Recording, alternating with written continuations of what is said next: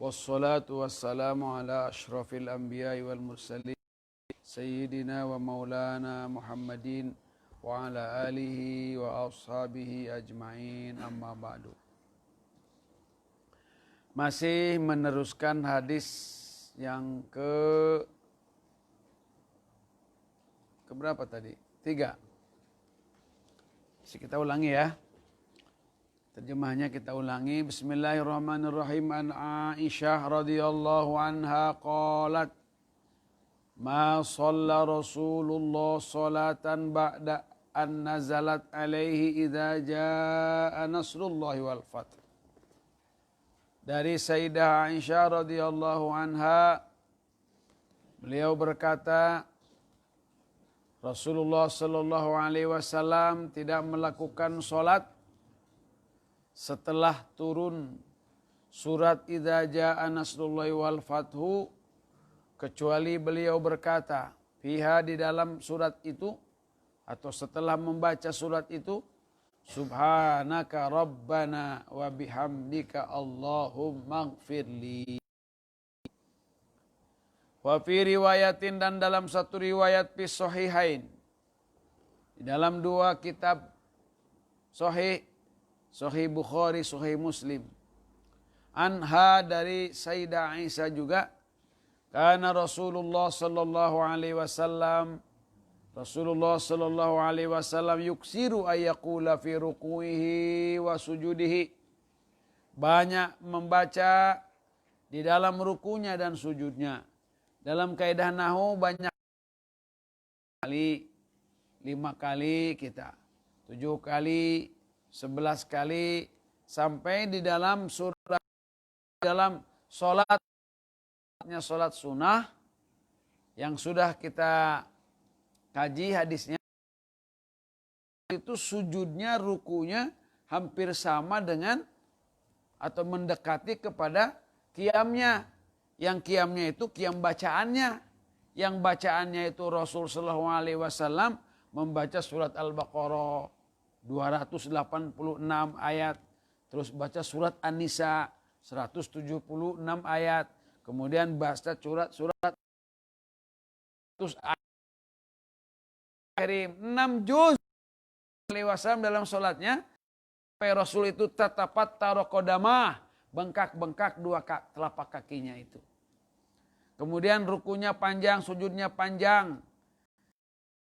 Jika Rasul sallallahu alaihi wasallam setelah diturunkan oleh Allah Subhanahu wa taala surat An-Nasr, maka Rasul sallallahu alaihi wasallam sujudnya, rukunya banyak membaca subhanakallahumma rabbana wa bihamdika allahumma ighfirli, yata'awwal Quran. Maksudnya Rasul itu mengamalkan Quran ini. Yata'awwal, mengamalkan maksud daripada Quran, yaitu fasabbih bihamdi rabbika wastaghfirhu innahu fasabbih subhanaka Allahumma rabbana bihamdika, itu adalah sabbih bihamdi rabbika. Kemudian wastaghfirhu Allahumma. Kemudian wa fi riwayatin, dan menurut riwayat bagi Imam Muslim, karena Rasulullah yuksiru an yaqula qabla an yamut. Oh, ini jelas nih. Rasul sallallahu alaihi wasallam selalu an yamut, wafat, sebelum beliau meninggal, subhanakallahumma wa bihamdika astaghfiruka wa atubu ilaik. Baca bareng. Subhanakallahumma wa bihamdika astaghfiruka wa atubu ilaik. Lagi. Subhanakallahumma wa bihamdika astaghfiruka wa atubu. Subhanakallahumma wa bihamdika astaghfiruka wa atubu ilaik. Takut kalau kita disebut kita sebentar lagi meninggal ya. Rasul sallallahu alaihi wasallam banyak membaca sebelum Rasul meninggal subhanakallahumma wa bihamdika astaghfiruka wa atubu ilaik. Kalau kita baca itu jangan ditanya, emang kamu tahu mau meninggal? Pertanyaan begitu dari mana? Kan ini dalilnya dari riwayat Muslim. Qalat Aisyah, qultu ya Rasulullah, ma hadhil kalimat allati araka ahdastaha taquluha. Ya Rasulullah, ma hadhil kalimat ini ya Rasul, allati araka, yang aku lihat baru saja engkau membuat pekerjaan baru atau ucapan ini baru, engkau mengatakannya, baru engkau katakannya ini. Qala ju'ilat li alamatun fi ummati. Untukku ciri-ciri alamat, ciri-ciri atau alamat-alamat pada umatku, iza ra'aituha qultuha.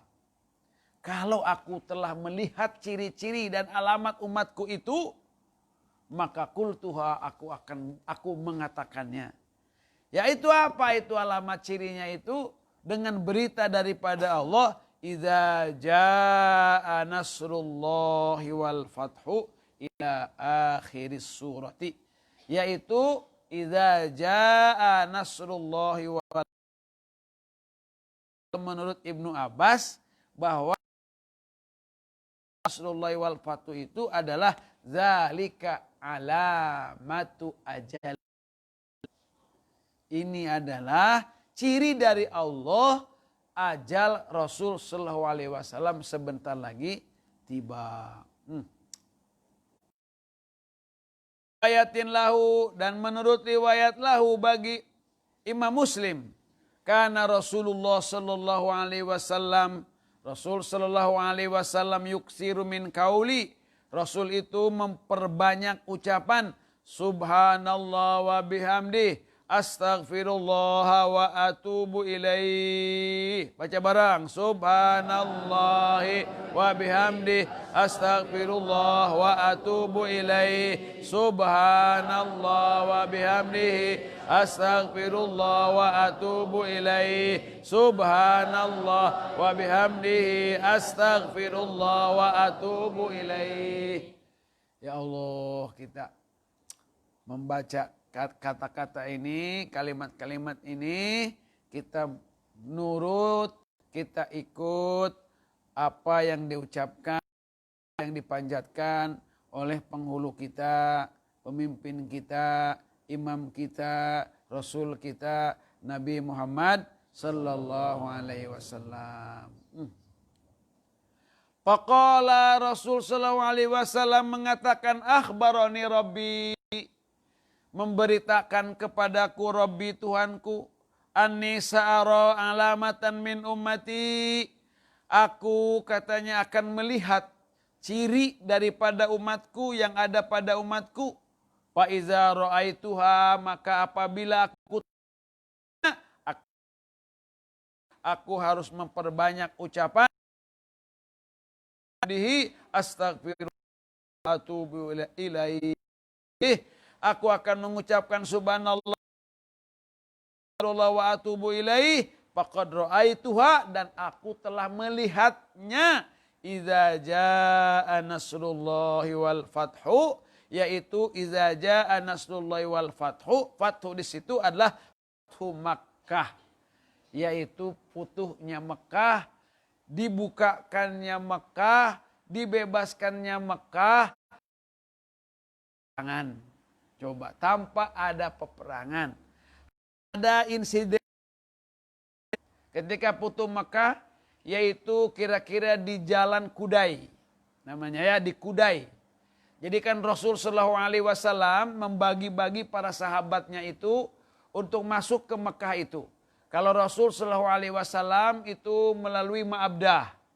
Dari Ma'abdah istirahat dulu Rasul sebentar, di situ ada masjid namanya. Terus melalui jalan namanya disebut Jabal Ka'bah. Rasul Shallallahu Alaihi Wasallam masuknya di situ ada pintu, kalau pintu Masjid Haramnya namanya pintu umroh. Nah sementara Rasul menyuruh kepada siapa? Kepada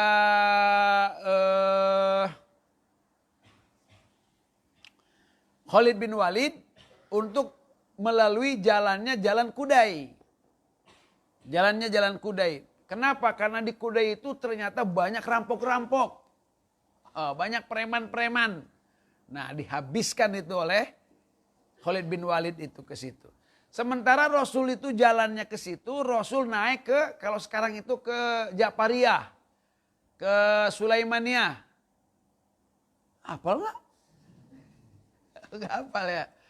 Iya, di situ ada makamnya Sayyidah Khadijah Al-Kubra. Ya Allah, subhanallah.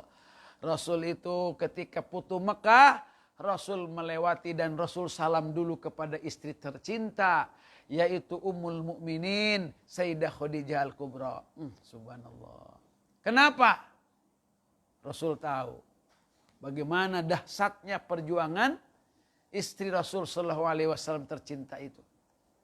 Bagaimana pengorbanan perjuangan dalam dakwah Ummul Mukminin Sayyidah Khadijah, yang ketika Rasul Shallallahu Alaihi Wasallam sudah mengibarkan bendera kerasulan, sudah berkuasa, Rasul Shallallahu Alaihi Wasallam katakanlah sudah meraih buahnya dakwah, Sayyidah Khadijah itu tidak bisa menikmati.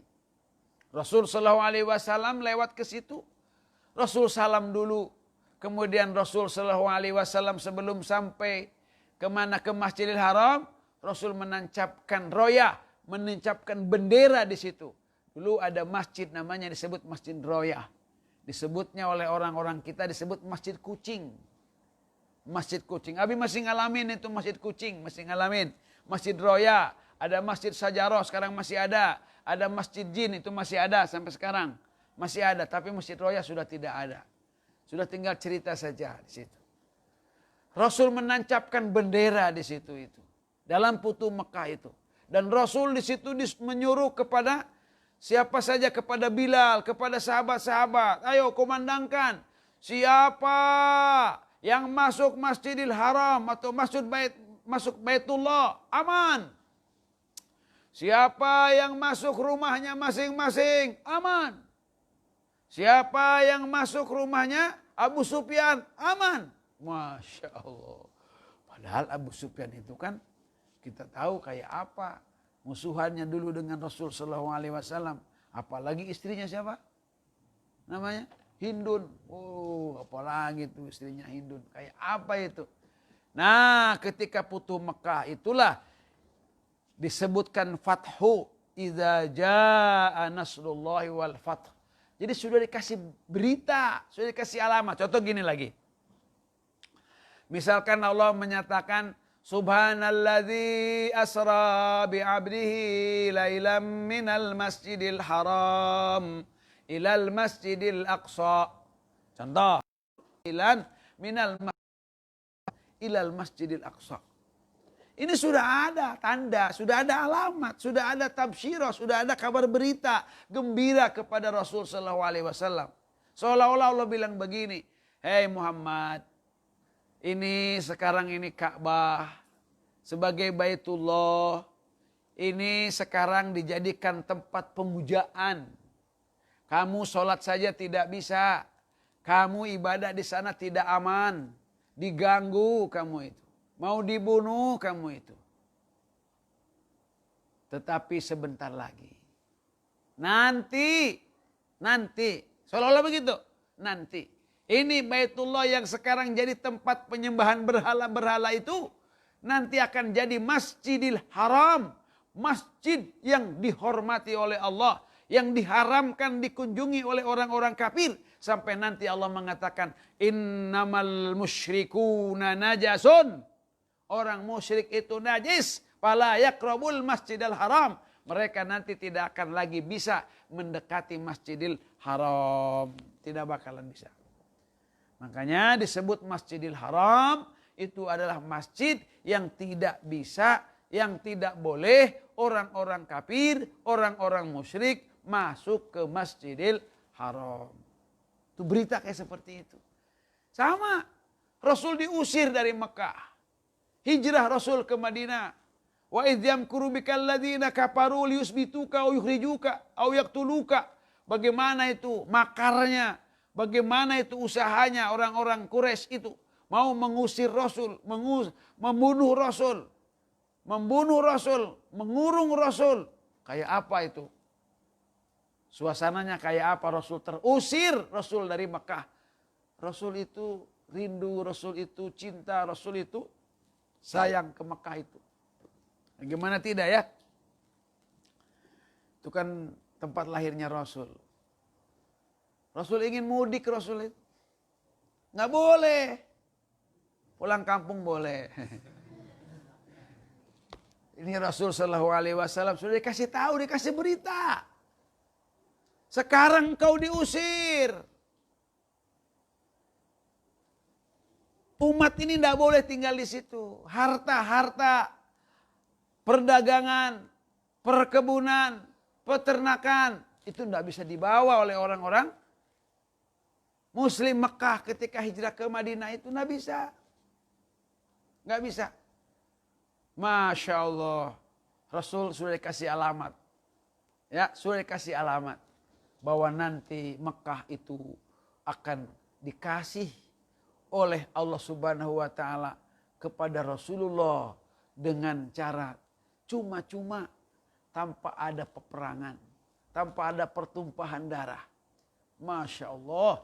Maka Rasul Shallallahu Alaihi Wasallam itu datang kemana? Ke Ka'bah, terus melakukan tawaf. Nah, disitulah pada ketakutan orang-orang kafir itu.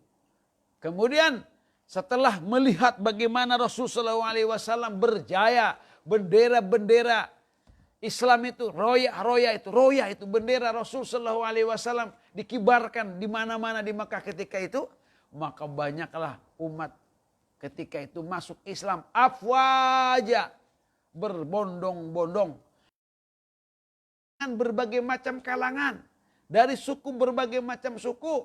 Ini di situ ada yang bodoh, ada yang pinter, ada yang kaya, ada yang miskin. Tidak di semuanya afwaja. Kata ulama, inilah sahnya beriman dalam keadaan taklid. Nah, iman dalam keadaan taklid. Karena kata-kata afwaja itu borongan itu ya. Ada yang mungkin imannya ikut-ikutan. Ada iman yang mungkin dia berimannya itu karena ketakutan. Itu menurut kata ulama, kata-kata ini atau ayat ini mensahkan kedudukan iman seseorang walaupun dalam kondisi taklid. Nah, itu nanti akan kita pelajari nanti ya. Bagaimana itu iman taklid itu. Itu Futuh Mekah.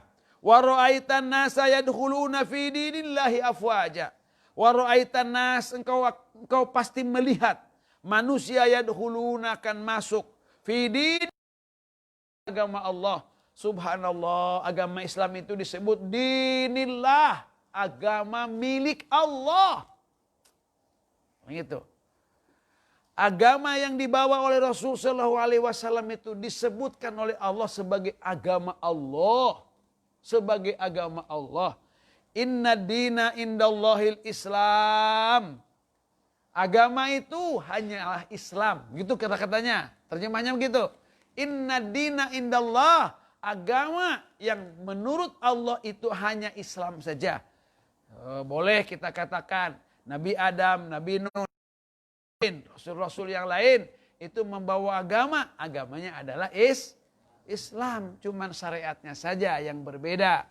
Nah, Islam ini inna dina indallahil Islam wa may yabtaghi ghairal islami dinan. Siapa saja orang yang mencari-cari, mengambil agama selain agama Islam, kata Allah, tidak akan diterima. Itu kata Allah, tidak akan diterima. Ini keyakinan kita sebagai umat Islam. Ya, keyakinan ini tidak kita menghina kepada keyakinan luar Islam. Karena selayaknya lah Kalau orang yang beragama itu meyakini sesungguhnya kebenaran agama yang dipeluknya. Ini radikal namanya. Lagi-lagi ini radikal ini. Karena kita hanya menganggap agama kita ini ya yang benar itu. Agama kita inilah yang diterima oleh Allah Subhanahu wa Ta'ala. Kalau kita berkeyakinan kayak begini ini radikal. Tapi ini tidak berbahaya dan memang harusnya begitu. Memang harusnya begitu. Orang yang beragama itu harus begitu. Silakan orang yang Kristen meyakini agama menurut mereka itu adalah Kristen. Terserah. Maka Islam mengatakan lakum dinukum. Itu. Nah sekarang kalau umat Islam ini, kita nyebut orang Islam. Kepada orang yang bukan Islam ya kita bilang kafir. Apa yang bilang? Ya Allah bilang kafir. Laqad kafarul ladzina. Kata Allah, sungguh kafirlah orang-orang yang menganggap Allah itu tiga. Allah itu beranak. Tapi kalau baca kulhu jangan walam yakul pakai kop. Ka itu ka. Walam yakun asalnya. Jangan walam yakul. Jangan walam yakul. Yakul. Yakul mah enak itu. Ka walam yakul. Walam yakul. Yang bukan begitu. Walam yakul lahu kufuwan ahad. Masuk ke dalam agama Allah afwaja, berbondong-bondong, buahnya nanti yang masuknya itu adalah merupakan ciri, merupakan alamat. Rasul sallallahu alaihi wasallam sudah beres tugas kerasulannya. Kalau sudah beres tugas kerasulannya, maka sudah selesailah tugas Rasul. Kalau sudah tugas Rasul selesai ya sudah. Ya, itu akan kembali. Kemarin belum diteruskan tuh kisahnya siapa? Nabi Ibrahim alaihissalam bertemu dengan siapa? Dengan malakal maut itu ya. Nah Rasul sallallahu alaihi wasallam pun nanti akan dikasih tanda oleh Allah Subhanahu wa Ta'ala. Saat-saat beliau nanti akan bertemu dengan Allah Subhanahu wa Ta'ala. Kemudian berikutnya kita tamatkan saja. Fasabbih bihamdi rabbika wastaghfirhu innahu kana tawwaba. Nah ini kalau sudah ada alamat, ciri Rasul sallallahu alaihi wasallam itu sudah melihat bagaimana Futuh Mekah, bagaimana Nusratullah, bagaimana orang-orang sudah masuk ke dalam agama Islam secara afwaja, secara bergelombang-gelombang, secara apa aja itu? Berbondong-bondong, maka itu sebagai ciri sudah dekatnya masa ajaran Rasulullah alaihi wasallam. Fasabbih harus bertasbih, istighfar. Rasul harus beristighfar. Maka bacaannya adalah yang sering dan banyak oleh Rasul diucapkan, subhanakallahumma wa bihamdika astaghfiruka wa atubu ilaik. Ajib ya, coba ajib nih. Kalau kamu mau cari keajaibannya. Rasul sallallahu alaihi wasallam itu dia tahmid. Tahmid itu ucapan apa itu? Lambang ucapan syukur. Tapi Rasul itu minta ampun, wastagfir. Kalau syukur jelaslah ada nusrah di situ ya. Ya enggak. Ada nusrah kita syukur lah, enggak masalah. Tapi ini istighfar ini ada apa ini istighfar? Ya, ada apa? Ya. Rasulullah SAW dari segi kemanusiaannya, perhatikan, Rasul itu dari segi kemanusiaannya, gimana sih? Kalau Rasul itu melihat wajah orang-orang Mekah, apa yang akan teringat di hadapan Rasul sallallahu alaihi wasallam? Apa yang akan teringat? Bagaimana melihat keturunan-keturunan mereka-mereka yang jahat-jahat itu? Dulu di zaman Rasul sallallahu alaihi wasallam di Mekah, mereka itu kejamnya kepada Rasul itu. Menghina, mencaci maki, menganiaya Rasul sallallahu alaihi wasallam. Kayak apa? Rasul itu manusianya ada, Rasul itu kemanusiaannya itu ada, Rasul itu. Tentunya kalau Rasul itu melakukan balas dendam kepada mereka, bisa Rasul itu. Ulangi lagi, sangat bisa Rasul membalas dendam kepada mereka. Mereka sudah berada di bawah, mereka sudah ada di tangan kekuasaan Rasul Shallallahu Alaihi Wasallam. Tapi Rasul itu tidak. Apalagi ketika berbondong-bondong masuk agama Islam. Di sini Allah mengingatkan, wastagfirhu. Awas kalian, awas kamu, kira-kira begitu. Awas kamu, jangan punya dendam. Awas kamu ya, jangan menganggap bahwa orang yang memusuhi kamu, memusuhi Allah. Islamnya enggak. Seolah-olah begitu, seolah-olah. Allah itu akan tawwab. Allah akan menerima taubatnya. Walaupun itu Abu Sufyan jahatnya kayak apa. Walaupun itu Hindun itu jahatnya kayak apa. Hadis, bengis, jorok, tolol, bego. Segala macam lah. Menghina Rasul Sallallahu Alaihi Wasallam. Tapi ketika Rasul Sallallahu Alaihi Wasallam masuk ke Mekah. Kemudian ternyata mereka itu beriman.